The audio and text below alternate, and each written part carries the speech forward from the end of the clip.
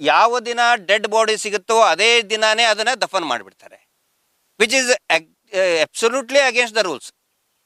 ಕಾನೂನಿನ ಸಂಪೂರ್ಣ ವಿರೋಧಿನೇ ಇದೆ ಅದು.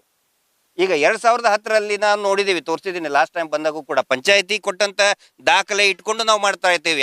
ಯಾರೋ ಒಬ್ರು ಹೇಳಿಬಿಟ್ರು ಅದ್ರ ಮೇಲಲ್ಲ, ಪಂಚಾಯತಿ ಅವರು ಕೊಟ್ಟಂತ ದಾಖಲೆ, ಆನಂತರ ಪೊಲೀಸ್ ಠಾಣೆ ಕೊಟ್ಟಂತ ದಾಖಲೆ, ಅದರ ಆಧಾರದ ಮೇಲೆ ಈ ಒಂದು ದೂರನ್ನ ಕೊಟ್ಟಿದ್ದೀವಿ ನಾವು. ಅದು ಯಾರು ಮುಚ್ಚಿ ಹೋಗ್ತಾ ಇದೆ ಅಂತ ಹೇಳ್ತಾರೆ, ಅವರೇ ಅದಕ್ಕೆ ರಿಪ್ಲೈ ಕೊಡಬೇಕು ಹೊರತು ಇದುವರೆಗೂ ಅರ್ಧ ವರದಿ, ಕಾಲು ವರದಿ, ಮುಕ್ಕಾಲು ವರದಿ ಅಂತ ಯಾವುದು ಕೂಡ ಬಂದಿದೆ ಅಂತ ನನಗನ್ಸಲ್ಲ. ಆನಂತರ ಆ ಥರ ಸಿಸ್ಟಮ್ ಕೂಡ BNSS ಅಲ್ಲಿ ಆ ಥರ ಸಿಸ್ಟಮ್ ಇಲ್ಲ. ಇಲ್ಲಿ ನಿರಂತರವಾಗಿ 4-5 ದಶಕಗಳಿಂದ ಅನೇಕ ಸಾವು ಕೊಲೆಗಳು ನಡೀತಾನೆ ಬಂದು, ಆದರೆ ಯಾರು ಕೊಲೆ ಮಾಡಿದ್ದು, ಯಾರು ಆರೋಪಿಗಳು, ಅದನ್ನು ಪತ್ತೆ ಹಚ್ಚೋದಕ್ಕೆ ಈ ನಮ್ಮ ರಾಜ್ಯದಲ್ಲಿರ್ತಕ್ಕಂತಹ ಮತ್ತು ಕೇಂದ್ರದಲ್ಲಿರುವಂತಹ ತನಿಖಾ ಸಂಸ್ಥೆಗಳು ವಿಫಲ ಆದವು. ನಾನು ಯಾಕೆ ಕೇಂದ್ರದ ಸಂಸ್ಥೆನೋ ಅಂತ ಹೇಳ್ತಾ ಇದ್ದೀನಿ ಅಂತ ಹೇಳಿದ್ರೆ, ಆ ಸಂದರ್ಭದಲ್ಲಿ CBI ತನಿಖೆಗಳು ಕೂಡ ಆಗಿದ್ದು. ಆದರೆ ಅದಕ್ಕೊಂದು ತಾರ್ಕಿಕ ಅಂತ್ಯ ಬೇಕಲ್ಲ. ಹೀಗಾಗಿ ನಿರಂತರವಾಗಿ ಒಂದು 10-15 ದಿನಗಳಿಂದ ಈ ದೇಶದಲ್ಲಿರ್ತಕ್ಕಂತಹ ಅತ್ಯುನ್ನತ ಕಾನೂನು ತಜ್ಞರು, ಅದರಲ್ಲಿ ನಿವೃತ್ತ ನ್ಯಾಯಾಧೀಶರಿದ್ದಾರೆ, ನಿವೃತ್ತ ಪೊಲೀಸ್ ಅಧಿಕಾರಿಗಳು ಮತ್ತು ಕಾನ್ಸ್ಟಿಟ್ಯೂಷನಲ್ ಎಕ್ಸ್ಪರ್ಟ್ಸು ಎಲ್ಲರೂ ಕೂಡ ಸ್ಥಳೀಯರ ಜೊತೆಗೆ ಮಾತಾಡಿ ಮತ್ತು ಆಕ್ಟಿವಿಸ್ಟ್ಗಳ ಜೊತೆಗೆ ಎಲ್ಲ ಮಾಹಿತಿಗಳನ್ನು, ದಾಖಲೆಗಳನ್ನು, ಅಪರಾಧ ನಡೆದಂತಹ ಎಲ್ಲ ದಾಖಲೆಗಳನ್ನು ಪಡೆದುಕೊಂಡು ಒಂದು ವರದಿಯನ್ನು ಸಿದ್ಧಪಡಿ, ಒಂದು ಡಿಟೇಲ್ಡ್ ರಿಪೋರ್ಟನ್ನು ಮಾಡಿ ಒಂದು ದೂರನ್ನು ಇವತ್ತು ಕುಸುಮಾವತಿಯವರು ಮತ್ತು ವಿಕ್ಟಿಮ್ ಫ್ಯಾಮಿಲಿ ಏನೇನಿದ್ದಾರೆ, ಅದರಲ್ಲಿ ಪ್ರಮುಖವಾಗಿ ವೇದವಲ್ಲಿ ಕುಟುಂಬದ ಸದಸ್ಯರಿದ್ದಾರೆ, ಪದ್ಮಲತಾ ಕುಟುಂಬದ ಸದಸ್ಯರು ಮತ್ತು ಸ್ವತಃ ಸೌಜನ್ಯಳ ತಾಯಿ ಮತ್ತು ಆಕ್ಟಿವಿಸ್ಟು ಮತ್ತು ಒಂದಿಷ್ಟು ಜನ ಯೂಟ್ಯೂಬರ್ಸು ಸೇರಿಕೊಂಡು ಈ ಒಂದು ದೂರನ್ನು ಕೊಟ್ಟಿದ್ದೀವಿ. ಈ ದೂರಿನ ಒಂದು ಸಾರಾಂಶ ಏನು ಅಂತ ಹೇಳಿದ್ರೆ, ನೀವು ಪ್ರತ್ಯೇಕ FIRಗಳನ್ನು ಹಾಕಿ. ಇಲ್ಲಿವರೆಗೆ ಪ್ರತ್ಯೇಕ FIR ಹಾಕೇ ಇಲ್ಲ. ನಾವು ಬೆಳ್ತಂಗಡಿ ಪೊಲೀಸ್ ಸ್ಟೇಷನ್ಗೆ ಮಾಹಿತಿಗಳನ್ನು ಕೇಳಿದಾಗ ಒಂಥರ ಹೋಲ್ಸೇಲ್ ಥರ ಕೊಟ್ಬಿಡ್ತಾರೆ, ಪೂರ್ತಿಯಾಗಿ ಒಂದು 10, 20, 30 ಪೇಜ್ ಕೊಟ್ಬಿಡ್ತಾರೆ. 10 ವರ್ಷದಲ್ಲಿ ಇಷ್ಟಾದು, 5 ವರ್ಷದಲ್ಲಿ ಇಷ್ಟಾದು. ಬಟ್ FIR ಎಲ್ಲಿ? ಅದರದ್ದು ರಿಪೋರ್ಟ್ ಎಲ್ಲಿ? FIR ನೀವು 302 ಕೇಸ್ ರಿಜಿಸ್ಟರ್ ಮಾಡಿದ್ದೀರಾ, ಬಟ್ ಅದರದ್ದು ಆರೋಪಿ ಯಾರಂತ ಯಾರಿಗೂ ಗೊತ್ತೇ ಆಗಿಲ್ಲ. ಇದು ನಾನು ಹೇಳ್ತಾ ಇರೋದು ಬರೀ ವೇದವಲ್ಲಿ ಹೈ ಪ್ರೊಫೈಲ್ ಕೇಸ್ ಇದು ಅಷ್ಟೇ ಅಲ್ಲ. 302, 201 ಮಾಡಿದ್ದಾರೆ, ಬಟ್ ಅದರದ್ದು ನೆಕ್ಸ್ಟ್ ಏನಾಯ್ತು ಅಂತ. ಆ ನಂತರ FIR ಮಾಡದೇ ಇರುವಂತ ಅನೇಕ ಸಂಶಯಾಸ್ಪದ ಸಾವುಗಳಿದೆ. ನೋಡಿ, ಒಂದು ಅನ್ಯಾಚುರಲ್ ಡೆತ್ ರಿಪೋರ್ಟ್ ಬಗ್ಗೆ ಯಾವ ರೀತಿ ತನಿಖೆ ಮಾಡಬೇಕು, ಇಂಟ್ರಾಗೇಷನ್ ಮಾಡಬೇಕು ಅಂತೆಲ್ಲೇ the Karnataka investigation of unnatural deaths and conduct of inquest rules 2004 ಅಂತ ಇದೆ. ಇಲ್ಲಿ ಯಾವ ದಿನ ಡೆಡ್ ಬಾಡಿ ಸಿಗುತ್ತೋ ಅದೇ ದಿನಾನೇ ಅದನ್ನ ದಫನ್ ಮಾಡಿಬಿಡ್ತಾರೆ, which is absolutely against the rules. ಕಾನೂನಿನ ಸಂಪೂರ್ಣ ವಿರೋಧಿನೇ ಇದೆ ಅದು. ಈಗ 2010ರಲ್ಲಿ ನಾವು ನೋಡಿದ್ದೀವಿ, ತೋರಿಸಿದ್ದೀನಿ ಲಾಸ್ಟ್ ಟೈಮ್ ಬಂದಾಗೂ ಕೂಡ. ಪಂಚಾಯತಿ ಕೊಟ್ಟಂತ ದಾಖಲೆ ಇಟ್ಕೊಂಡು ನಾವು ಮಾಡ್ತಾ ಇರ್ತೀವಿ.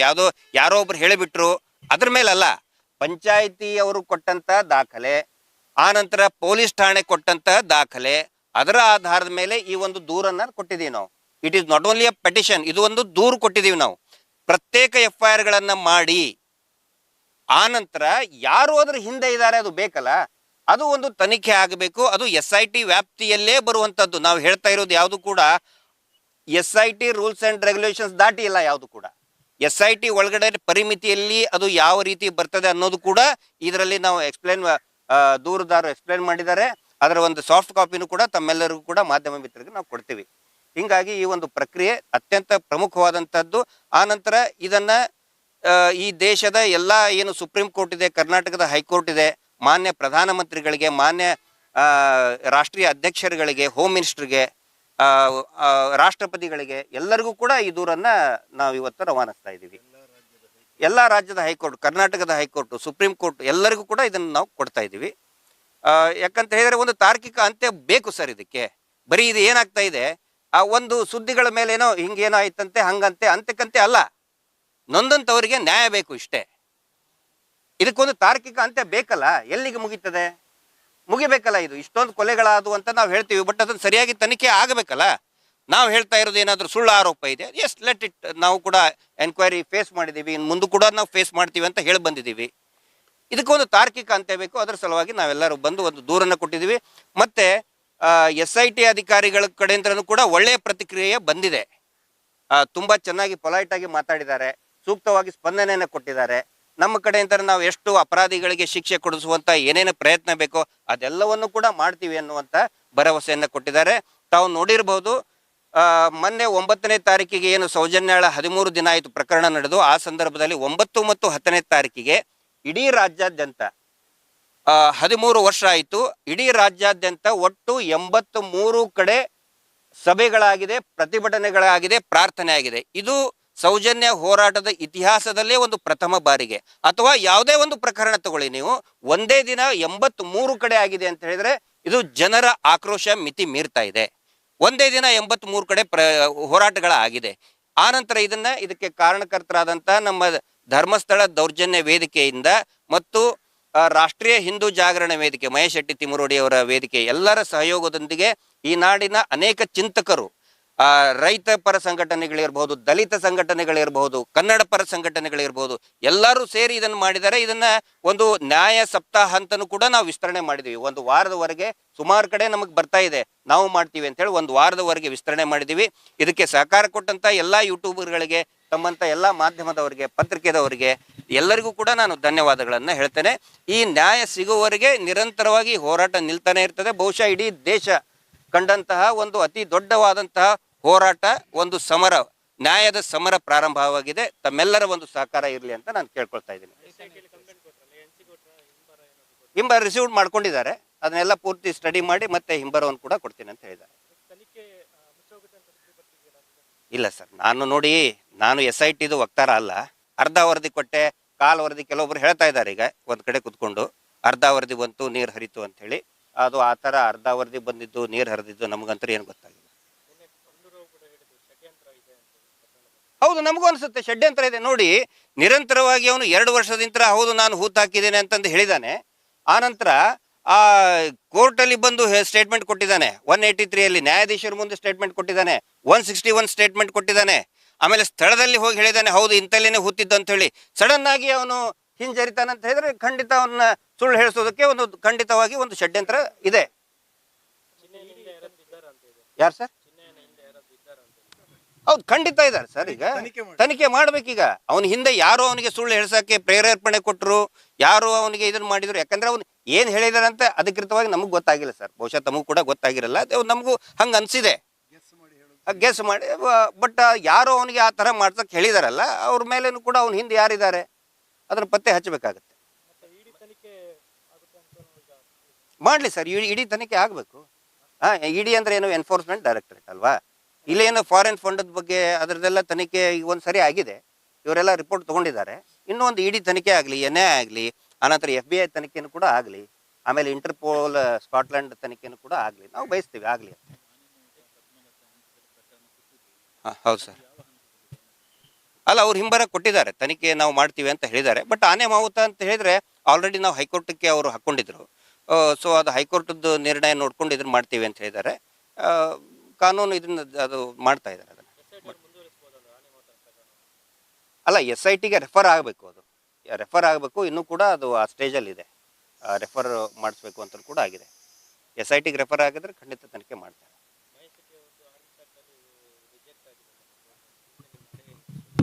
ಅಲ್ಲ, ಕಾನೂನು ರೀತಿ ಅವ್ರ ಅಡ್ವೊಕೇಟ್ ಏನಿದೆ ಅದನ್ನವರು ಕೆಲಸ ಮಾಡ್ತಾ ಇದ್ದಾರೆ. ಆರ್ಮ್ಸ್ ಆ್ಯಕ್ಟ್ ಅಂತ ಹೇಳಿದ್ರೆ ಒಂದು ಕತ್ತಿ ಆ್ಯಕ್ಟ್, ಅದು ಕತ್ತಿ ತಗೊಂಡಿದ್ದಕ್ಕೆ ಅದಕ್ಕೊಂದು ಮಾಡಿದ್ದಾರೆ. ಆಸ್ ಇಫ್ ಏನೋ ಅದು ಮಂಗನ್ ಹೊಡೆಯೋದಕ್ಕೆ ಅದು ಗೊಡೌನಲ್ಲಿ ಇದ್ದು ಒಂದು 5-6 ವರ್ಷ ಆಯಿತು. ಅದನ್ನು AK-47 ಥರ ರೂಪಿಸ್ತಾ ಇದ್ದಾರೆ. ಇದನ್ನ AK-47 ಸ್ಟೇನ್ ಗನ್ ಸಿಕ್ತು ಅಂತ ಹೇಳಿ. ನಾಳೆ ನಾವು ಮನೆಯೊಳಗೆ ಸೌದಿಗೆ ಹೆಚ್ಚು ಚಾಕು ಇಟ್ಟರು ಕೂಡ ಆರ್ಮ್ಸ್ ಆ್ಯಕ್ಟ್ ಒಳಗೆ ಮಾಡ್ತಾರೆ ಬೆಳ್ತಂಗಡಿ ಪೊಲೀಸರಿಗೆ. ಯಾಕಂದರೆ ಅದು ಸೆಕ್ಯೂರಿಟಿ ಆಫೀಸ್ ಆದಂಗೆ ಆಗಿದೆ. ಮೊನ್ನೆ ನೋಡಿ, ನಾನು ಇದ್ದಿದ್ದು ಹೇಳ್ತಾ ಇದ್ದೀನಿ, ಸುಮ್ಮನೆ ಯಾವುದೋ ಪಾಲಿಶ್ಡ್ ಸ್ಟೇಟ್ಮೆಂಟ್ ಅಲ್ಲ, ನಿಮ್ಮ ಮುಂದೆ ಮಾತಾಡ್ತಾ ಇದ್ದೀನಿ. ಅವ್ರು ಪಕ್ಕದಲ್ಲಿ ಬಂದರು NHRC ಅವರು. ನೋಡಿ, NHRC ಅವರು ಅಲ್ಲಿ ಒಳಗಡೆ ಅಧಿಕಾರಿಗಳ ಜೊತೆಗೆ ಮಾತಾಡ್ತಾ ಇದ್ದೀನಿ ಅಂತೇಳಿ. ಅದಕ್ಕೆ NHRC ಅಧಿಕಾರಿ, ನಾನು ನಿಮಗೆ ಕೇಳ್ತಾ ಇದ್ದೀನಿ ಇದನ್ನ, ಅಂದರೆ ನಿಮ್ಮ ಮುಖಾಂತರ ಜನರಿಗೆ, ಅಧಿಕಾರಿ ಅಂದಿದ್ದಕ್ಕೇ ಒಂದು ಏನೋ FIR ಮಾಡಿದ್ದಾರೆ ನನಗೆ. NHRC ಖಂಡಿತ ಬಂದಿದ್ರು, ಹೌದು ನಿಜ. ಆದರೆ ಇವರು ಈ ಧರ್ಮಸ್ಥಳ ಸಂಘದಿಂದ ಎಲ್ಲಾ ಕಡೆನೂ ಕೂಡ ಯೋಜನಾಧಿಕಾರಿ ಅಂತ ಹೇಳ್ತಾರೆ. ಯೋಜನಾಧಿಕಾರಿ ಅಂತ ಹೇಳಿದ್ರೆ ಬ್ಯಾಂಕ್ ಡೆವಲಪ್ಮೆಂಟ್ ಆಫೀಸರ್ ಇರ್ತಾರೆ ಅಥವಾ ಗೌರ್ಮೆಂಟ್ ಆಫೀಸರ್ ಇರ್ತಾರೆ. ಎಲ್ಲಾ ಕಡೆನೂ ಯೋಜನಾಧಿಕಾರಿ. ಹಂಗಿದ್ರೆ ಅವ್ರ ಮೇಲೆ FIR ಆಗ್ಬೇಕಲ್ವಾ?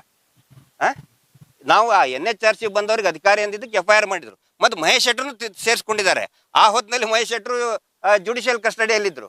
ಮಹೇಶ್ ಶೆಟ್ಟರ್ನು ಕೂಡ ಅದರಲ್ಲಿ ಅಕ್ಯೂಸ್ಡ್ ಮಾಡಿ ಹಾಕಿದ್ದಾರೆ. ಅಂದ್ರೆ ಬೆಳ್ತಂಗಡಿ ಪೊಲೀಸರು ಇವರೆಲ್ಲ ಏನಂತ ಹೇಳಿದ್ರೆ ಸೆಕ್ಯೂರಿಟಿ ಆಫೀಸ್ದಾಗ ಮಾಡ್ದಂಗೆ ಕೆಲಸ ಮಾಡ್ತಾ ಇದ್ದಾರೆ. ಕಂಟಿನ್ಯೂಸ್ ಆಗಿ ಕೇಸ್ ಆಗ್ತಾನೆ ಇದ್ದಾರೆ, ಹೋಗ್ತಾ ಇದ್ದಾರೆ. ಅದೇ ನಾನು ಹೇಳಿದ್ನಲ್ಲ, ಹೈಕೋರ್ಟಿಗೆ ಕೂಡ ಅದು ಹೋಗ್ತಾ ಇದ್ದಾರೆ. ಅದೇನು ಕಾನೂನು ಪ್ರಕ್ರಿಯೆ ಅದನ್ನ ಮಾಡ್ತಾ ಇದ್ದಾರೆ. ಸಂಪೂರ್ಣ ಸಹಕಾರವನ್ನು ಕೂಡ ಅವ್ರು ಕೊಡ್ತಾ ಇದ್ದಾರೆ. ಹೌದು, ಅದೇ ಈಗ ನೋಡಿ, ಹೈಕೋರ್ಟ್ನಲ್ಲಿ ಗಡಿಪಾರಿಗೆ ಇಡೀ ಈ ರಾಜ್ಯದ AG ಅವರೇ ಬಂದು ನಿಂತ್ಕೋತಾರಲ್ಲಿ. ಯಾವ ಕೇಸಲ್ಲಿಯೂ ಬಂದಿಲ್ಲ ಅವರು. ಸ್ವತಃ AG ಅವರು ಬಂದು ವಾದ ಮಾಡಕ್ ಬರ್ತಾರೆ ಅದನ್ನ ಕ್ಯಾನ್ಸಲ್ ಆಗ್ಬೇಕು ಅಂತ ಹೇಳಿ. ಸೊ ಇದ್ರ ಹಿಂದೆ ಏನು ಷಡ್ಯಂತ್ರ ನಡೀತಾ ಇದೆ? ಹೋರಾಟಗಾರರನ್ನ ಹತ್ತಿಕ್ಕುವಂತಹ ಕೆಲಸ ಬಹಳ ವ್ಯವಸ್ಥಿತವಾಗಿ ನಡೆದಿದೆ. ನಿರಂತರವಾಗಿ ಕೇಸ್ ಆಗ್ತಾ ಇದ್ದಾರೆ. ಇಲ್ಲಿ ನಾವು ಕೇಳಿರೋದೇನು, ಈಗ ಯಾರು ಖ್ಯಾತ ಏನು ಪೋಸ್ಟ್ ಮಾರ್ಟಮ್ ತಜ್ಞರು, ಬಹುಶಃ ತಮಗೂ ಗೊತ್ತಿರಬಹುದು, ನನ್ನಿಂದ ಜೀವ ಬೆದರಿಕೆ ಇದೆ ಅಂತೆ. ಗಿರೀಶ್ ಮಟ್ಟಣ್ಣವ್ರಿಂತ ನನಗೆ ಮರ್ಡರ್ ಮಾಡಬಹುದು ಅಂತೇಳಿ ಮಹಾಬಳ ಶೆಟ್ಟರು ಹೇಳ್ತಾ ಇದ್ದಾರೆ.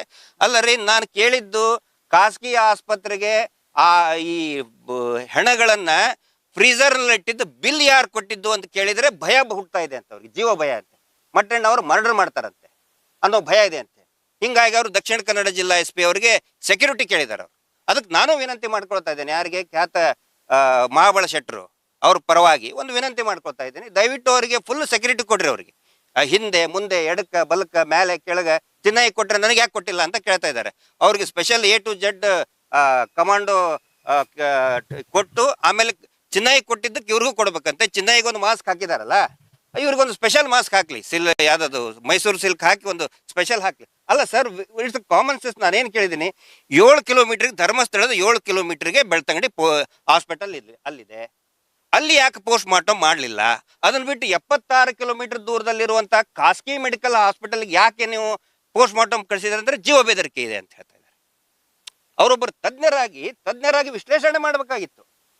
ನಾನು 3,000 ಪೋಸ್ಟ್ ಮಾರ್ಟಮ್ ಮಾಡಿದ್ದೀನಿ, 30,000 ನಾನು ವೂಂಡ್ ಸರ್ಟಿಫಿಕೇಟ್ ಕೊಟ್ಟಿದ್ದೀನಿ. ನೀವು ಕ್ಯಾಲ್ಕುಲೇಟ್ ಮಾಡಿ, 30,000 ದಿನಕ್ಕೆ ಒಂದು ವೂಂಡ್ ಸರ್ಟಿಫಿಕೇಟ್ ಅಂತ ಹೇಳಿದ್ರೆ 30,000 ವೂಂಡ್ ಸರ್ಟಿಫಿಕೇಟ್ ಅಂತ ಹೇಳಿದ್ರೆ 82 ವರ್ಷ ಬೇಕು ಸರ್.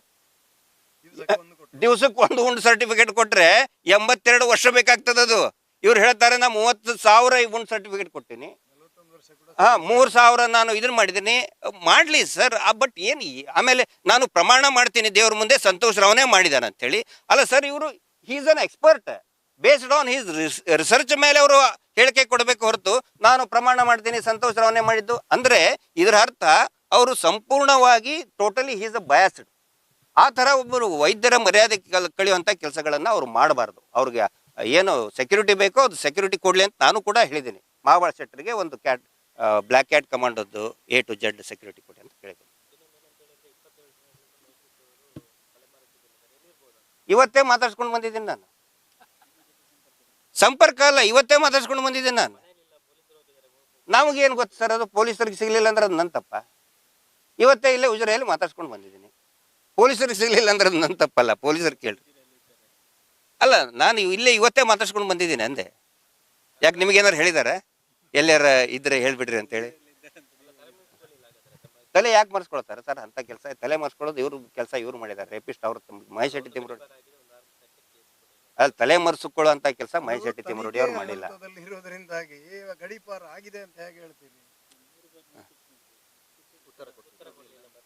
ಕೊಟ್ಟಿದ್ದಾರೆ ಸರ್, ಕೊಟ್ಟಿದ್ದಾರೆ. ಅದು ಅವ್ರಿಗೆ ಪೊಲೀಸರು ಕೇಳ್ಬೇಕು ನೀವು. ಆಕ್ಚುಲಿ ಅದು ಕೇಸ್ ಮಾಡೋದು ಅದು ನೋಡಿ, ಗಡಿಪಾರು ವಿಶ್ಲೇಷಣೆ ಮಾಡಿ ಸರ್ ನೀವು. ಯಾವುದು ಆರ್ಮ್ಸ್ ಆ್ಯಕ್ಟು? ಅದೇ ಈಗ ಅದು ಆ್ಯಕ್ಚುಲಿ ಅದು ಕೇಸ್ ರಿಜಿಸ್ಟರ್ ಮಾಡುವಂಥದ್ದೇನೆ ಅಲ್ಲದು. ಆ್ಯಕ್ಚುಲಿ ಮಾಡಬಾರ್ದಾಗಿತ್ತು. ಅದನ್ನು ಪ್ರಶ್ನೆ ಮಾಡಬೇಕಲ್ಲ. ಕೊಟ್ಟಿದ್ದಾರೆ ಸರ್, ಕೊಟ್ಟಿದ್ದಾರೆ ನ್ಯಾಯಾಲಯಕ್ಕೆ. ಯಾಕಂದರೆ ಅದನ್ನು ಅಡ್ವೊಕೇಟಿಗೆ ಸಂಬಂಧಪಟ್ಟಿದ್ದು, ನಾನು ಹೇಳಿದ್ದು ವ್ಯತಿರಿಕ್ತ ಆಗಬಾರ್ದು. ಸೊ ಅದು ಅವರ ಅಡ್ವೊಕೇಟ್ ಏನಿದೆ ಅವ್ರು ಅದನ್ನ ಸರಿಯಾಗಿ ಮಾಡ್ತಾ ಇದ್ದಾರೆ. ತಮ್ಮದು ಕೂಡ ಸಹಕಾರ ಇರಲಿ.